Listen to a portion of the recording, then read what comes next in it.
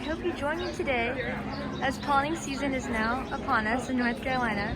And I'm at the Cardboard Farmers Market to interview Jennifer Gardner with Imagine That Gluten-Free Bakery, a local bakery here in the Triangle, trying to support those with gluten-free intolerance and allergies by making allergen-friendly breads, pizza crust, baked goods, and more. See you later. Good morning, Jennifer. It's a great morning here at Cardboard Farmers Market. I'm here to interview about your company, Imagine That Gluten-Free. If you don't mind me asking, what motivated you to start baking gluten-free products? Do you or anyone else in your family suffer from celiac disease or any other health condition tied to gluten We intolerance? started making gluten-free bread because we knew there was a niche in the market. I've had to be gluten-free for a couple of years now. My husband has severe food allergies.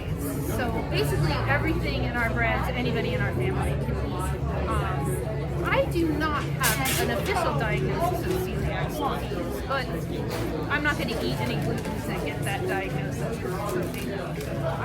But I do have other health conditions that require. Okay.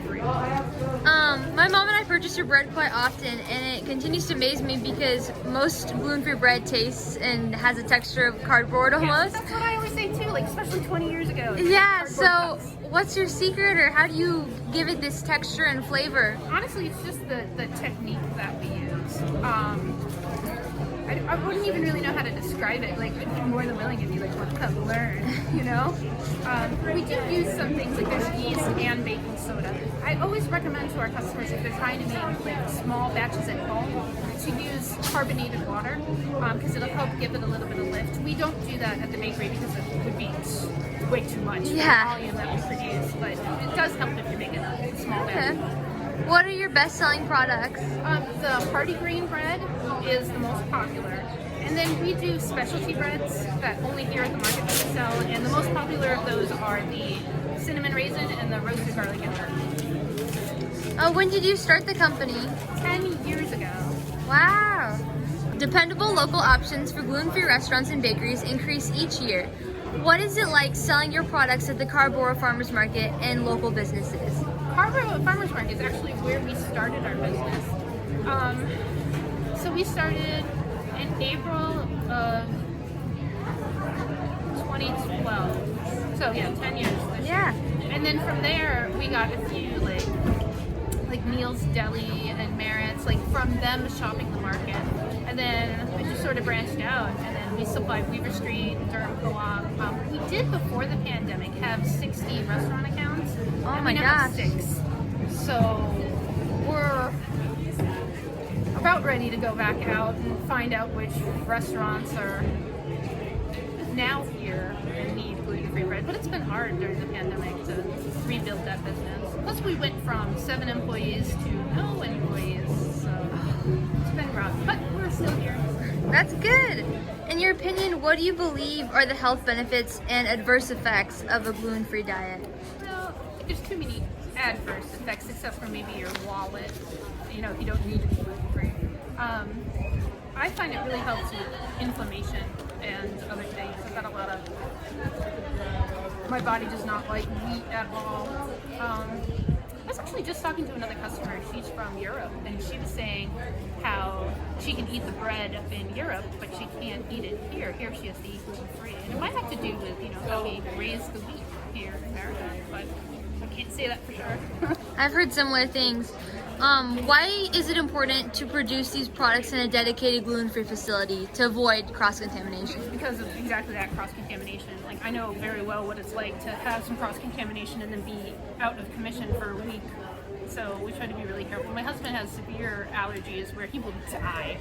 So, you know, everything that's not allowed in the bakery stays out of the bakery. Why do you believe it's important to source your ingredients locally and or organic? Well, to support other local businesses, obviously, and the organic. We try to do as much organic as possible because it just seems better. I don't know. You know, like I said, with the whole wheat and how we raise How it's sourced, right. yeah. Do you believe there is a link between the increasing number of food allergies and climate change? And you can tell me whatever you think. That's interesting. It's possible. kind of feels like Mother Earth is mad at humans in general for not appreciating her. So.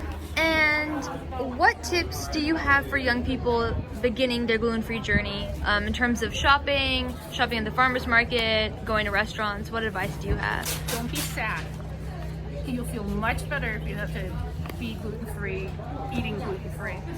It can be overwhelming at first because you're like, oh, my pizza, oh, my sandwiches, but you can find alternatives.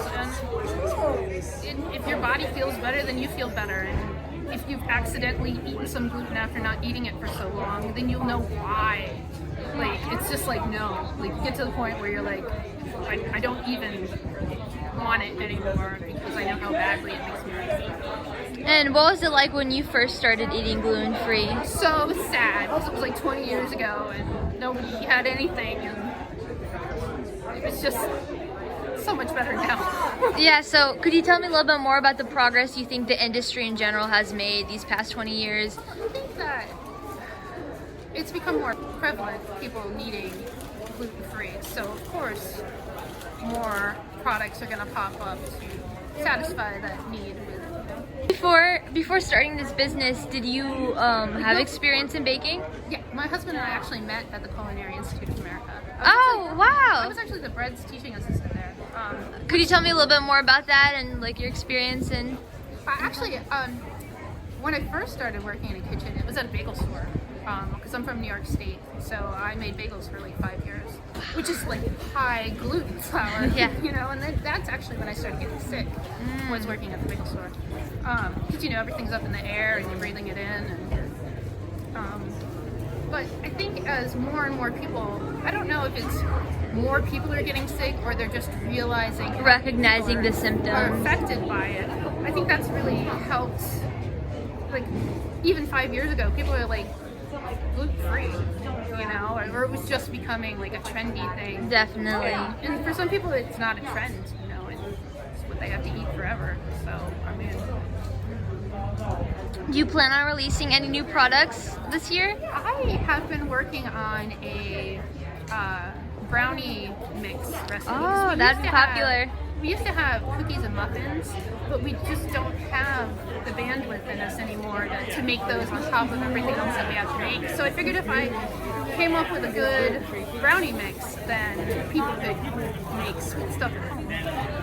That's great. I'm getting there. I've got the mix down now, I think, as of last night. But then I still have to have other people try it out before I sell it. So it'll be a couple more months. Okay, But it'll cool. get here. Nice sneak peek.